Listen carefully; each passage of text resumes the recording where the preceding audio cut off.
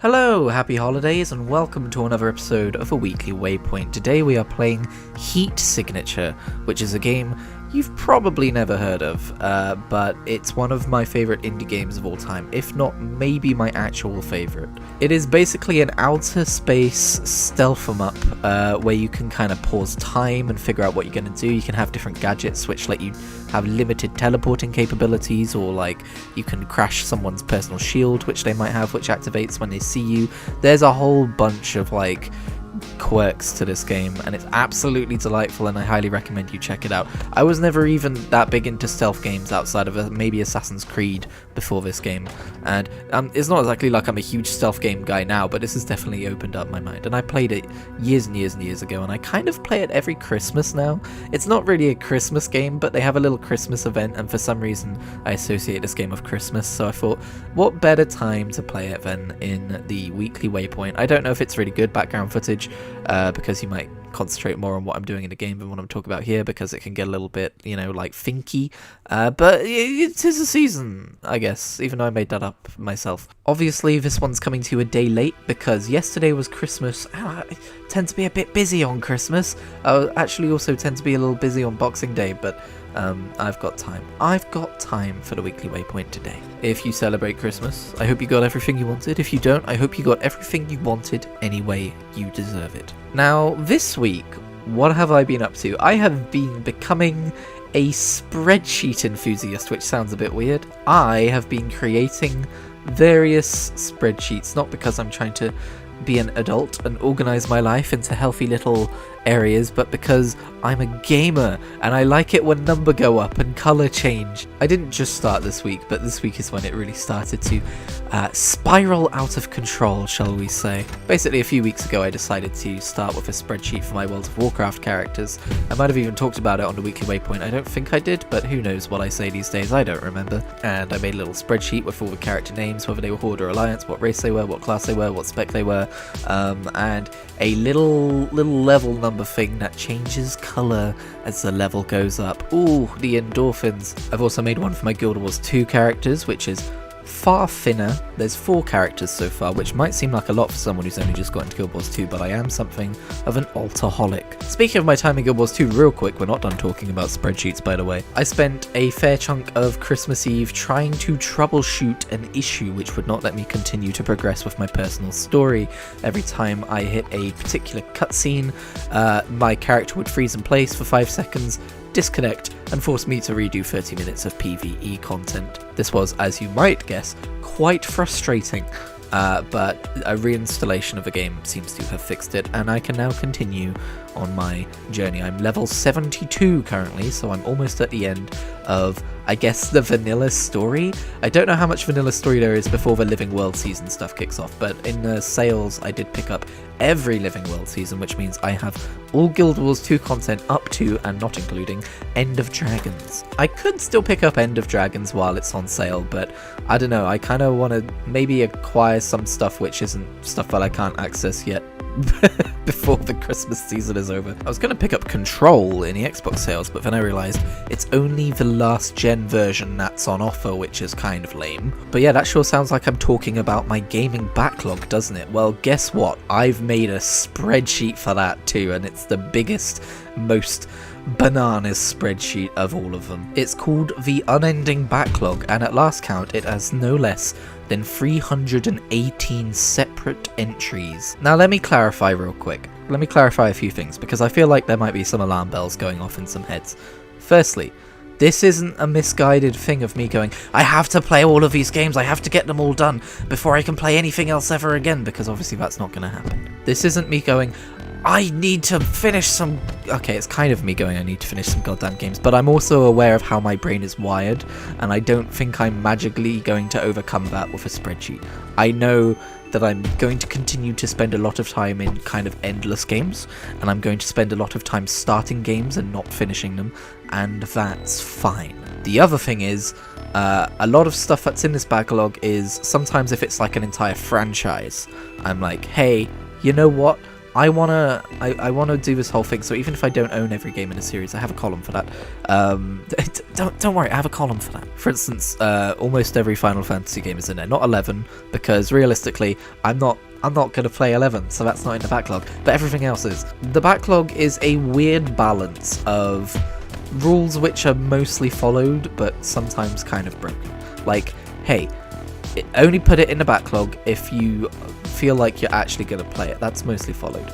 But there's a few instances of maybe I've got a lot of progress in this game and I'm not quite ready to let it go, even though I know I'm never going to go back to it. There's rules like put the most recent version of a game, put the completion of that up, because that's kind of in your backlog because you want to finish it on Xbox even though you finished it on PS4. Sometimes I'm like, I perfected Ratchet & Clank 3 on PS2, and there's literally no record of that anywhere, so I'm going to put the PS2 version in this particular one. There's a certain level of arbitrariness to this backlog, but there's also a column for that. There's a little notes section where I can write in, like, hey, by the way, this is why this looks like this. Anyway, the cool thing about having a spreadsheet on this kind of thing is you can generate some statistics. So the 4 quantifiers I have for game completion are not started, finished, and perfected.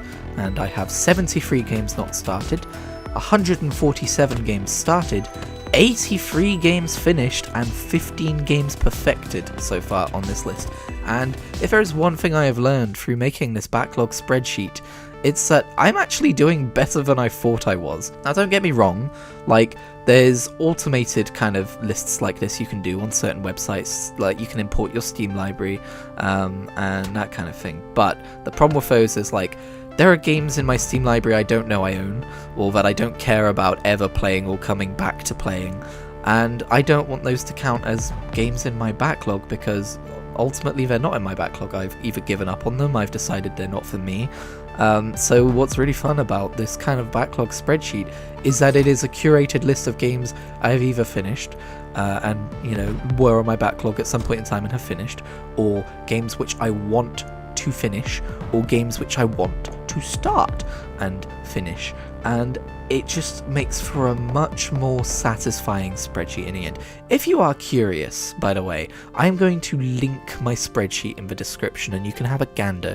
You can see what madness entails this spreadsheet for your very own eyes. I do have another sheet at the bottom as well, another tab, which is my to-be read list, and then at some point in the future I plan to do the same thing for movies and shows and all sorts of bananas like that. I've got an entirely separate spreadsheet for tracking my progress through the Big Finish Doctor Who audio dramas, because this week I also discovered that they've been putting those up on BBC Sounds. So if you're in the UK, I assume it's probably a UK only thing, you can go and listen to some of those quite expensive, quite very good acted by the actual actors' adventures for free. The first one of a Christopher Eccleston one is on there, and you might think, oh, just the first one, but it's like 2 hours long. It's great. But the only problem with that is, while most of them are up there indefinitely, it says available for over a year, which is basically BBC speak for indefinitely. For some reason, the War Doctor ones are only available for a month, so I missed the first one before it came offline.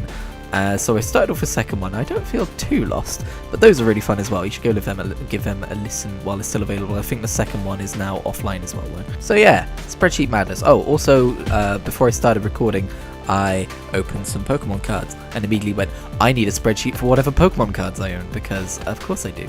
That's like one of the number one things you would make a spreadsheet for, right? Oh, and by the way, I'm not exactly rich, so I only really buy like 3 packs of Pokemon cards on average a year.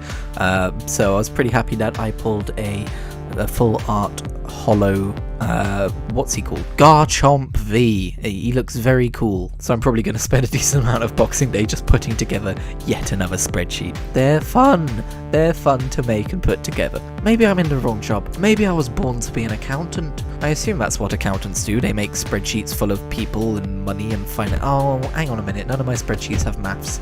Maths might ruin the spreadsheet fun. Anyway, I'm going to spend the rest of this weekly Waypoint talking about the Doctor Who Christmas special, because I'm not going to make an entire thoughts on about it, because I'm still trying to kind of chill through this holiday season instead of, I enjoy making videos, but also like, I just kind of want to chill, you know what I'm saying? But yeah, no spoilers, there's not much time left to talk about it, but basically Ncuti Gatwa's first episode of Doctor Who was splendid and marvellous and brilliant and really fun and kind of low-key, but I liked it. I liked it being kind of low-key. It was definitely like an introduction to him and Ruby Sunday, and it was a great episode for that, and I'm hungry for more, and we won't be getting any more until I think I saw someone say May on Twitter. But yeah, I know some people have rated the episode a little bit lower. I think it might just be because we're coming off of 3 big bombastic specials, and obviously this is going to feel lower key, not just because of the plot not being like a end of a world kind of a scenario, but also because it's set up, really. It's just setting up like the new Doctor and his companion, but it's really good watch. If you haven't seen it yet, you should go give it a watch. You'll probably enjoy it. Obviously I loved 13 and Jodie Whittaker's era for what it was, but that's very much coming from an all Doctor Who is good Doctor Who place. This is coming from a, oh my god, this Doctor Who is great Doctor Who. I don't really have to, hopefully don't really have to worry about the quality of the writing anymore. I don't have to turn my critical brain off to enjoy Doctor Who anymore. It's quite nice. Anyway, we've reached the end of the video. I hope you had a lovely Christmas. Tune in next week for a less Christmassy episode, I guess.